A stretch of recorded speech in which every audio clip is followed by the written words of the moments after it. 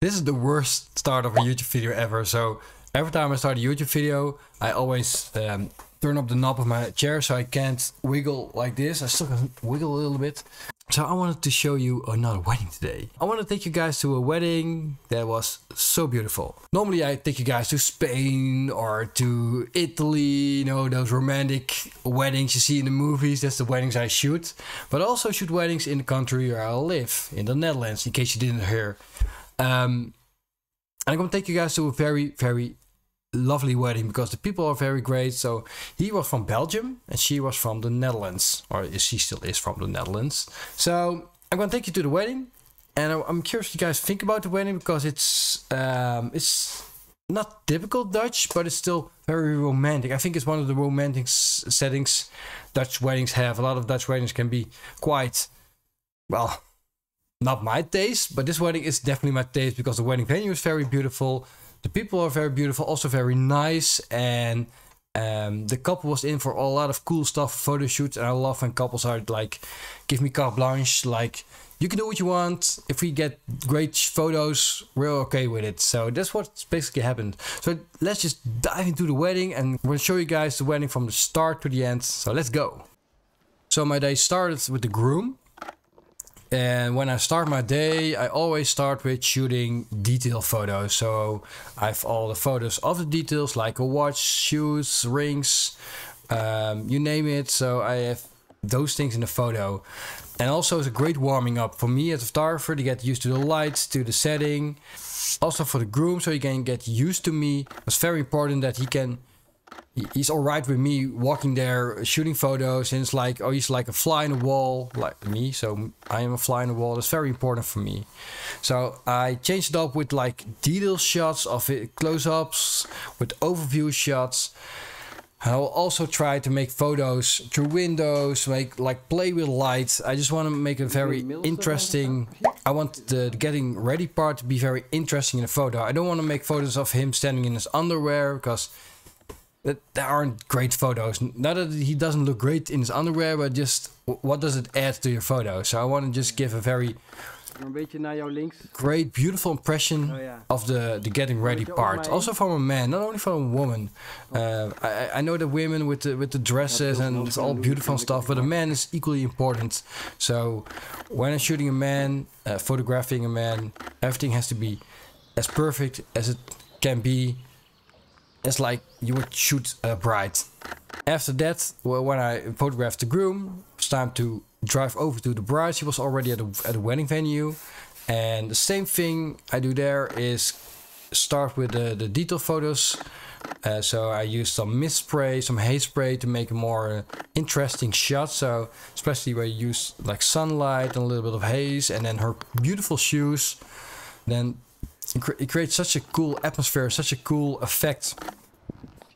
I try to be different, but not too different that it looks. When you look at a photo, it doesn't have to look like, oh, he tried something different, but it doesn't work. That's very important for me.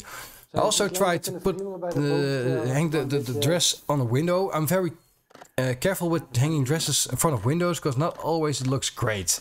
Sometimes it just looks ugly, but this case was a very beautiful window and a great angle. Here the bride is getting ready here. Her mother is helping her, and look at it, so beautiful. I always ask when they are getting ready to clean up the room, so there's no bags there, there's no stuff there. This is a very clean room. I help them cleaning. So this was the first look of the bride and her father. Very important. I told the bride, just stand still because your dress is perfectly like this. So try to stand still until your father is there, and that doesn't matter anymore. That was their first look. And after the first look with the father, it's time for the first look with the groom in this case. And when the bride has a dress like this, I want the groom to turn around, not the bride to turn around, because then it messes up her dress.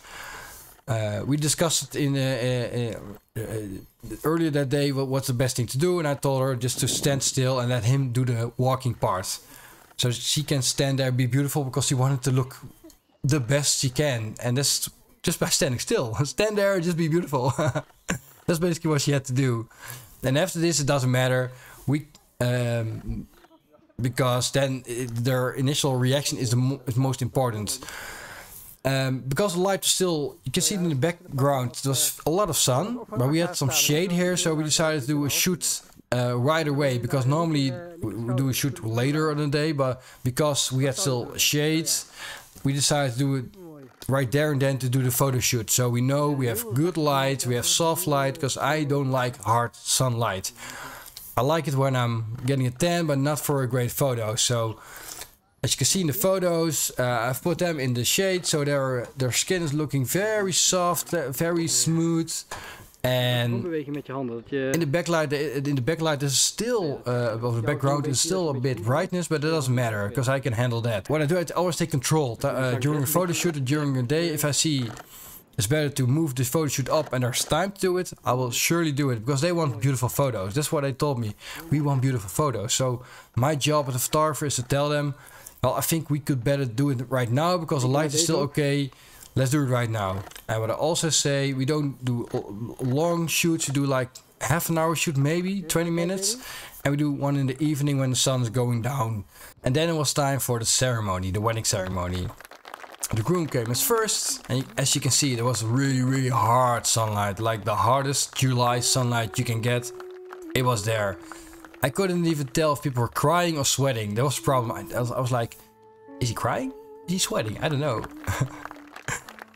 But that sometimes just happens. You had the harsh sun, and then you have to deal with it. So adjust my camera settings. So during the ceremony there was a cloud, and during the clouds I shot a lot of photos. So I had a lot of photos without the sunlight. So some photos you can see there's no sunlight, and some photos there's like really harsh sunlight. That's also very typical Dutch weather. Dutch weather is just like bright sun, big cloud shades, bright sun, so you have to adjust your camera continuously. That's the most difficult thing of a Dutch wedding. Also, this is a very beautiful wedding location venue. So this wedding venue doesn't have ugly corners, but a lot of wedding locations have ugly corners, so you can't shoot every corner.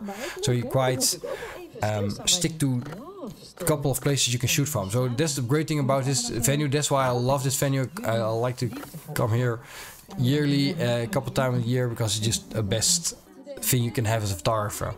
So when the ceremony was done, people started to throw flowers, and I love these kind of shots. And they kissed each other, and I always ask them, can you kiss each other? And then have a shot of them kissing together, because that's what I want. I want to have like a cool kissing shot.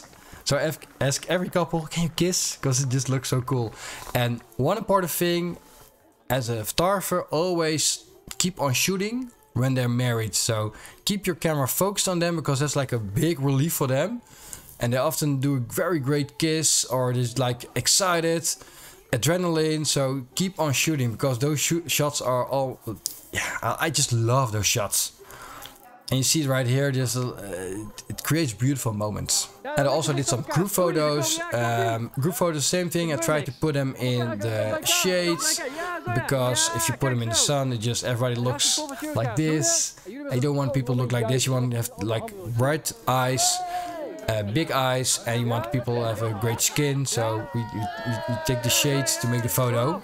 When I have time, I always try to shoot some photos of the venue, from the table settings and stuff. I do it between important stuff, so I have some cool shots. So also the venue location has great photos to use for their folder or for the websites, you name it. So big jump forward, we are at dinner. As you can see, it's a very beautiful location with a golden room and a beautiful place for a perfect dinner. There were a lot of speeches. It was just beautiful, like you want a dinner to be. So after the dinner was time for a little tiny shoot. And as you can see, with the veil, and we just move the wind around with the light bouncer. Never lift up the veil and throw it up and make a photo. It's just not done. Believe me, I shot fashion.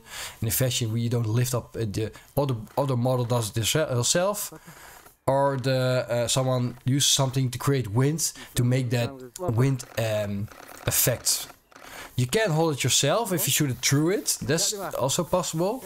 But never let someone else throw it up and then throw it down, because it just looks fugly. So after the shoot was time for a party. Okay, that's Dutch wedding. You end with a party. I think most weddings end with a party.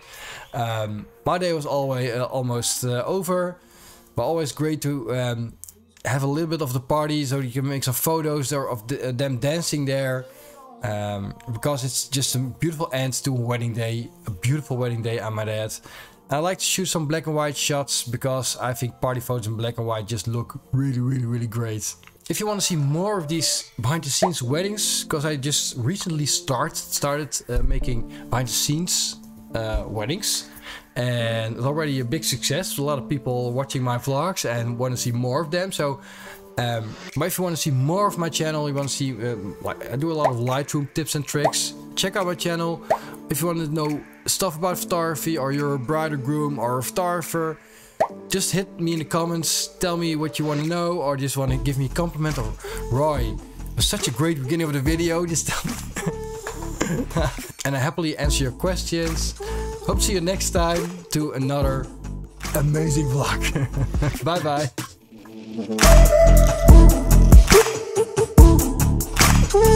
bye.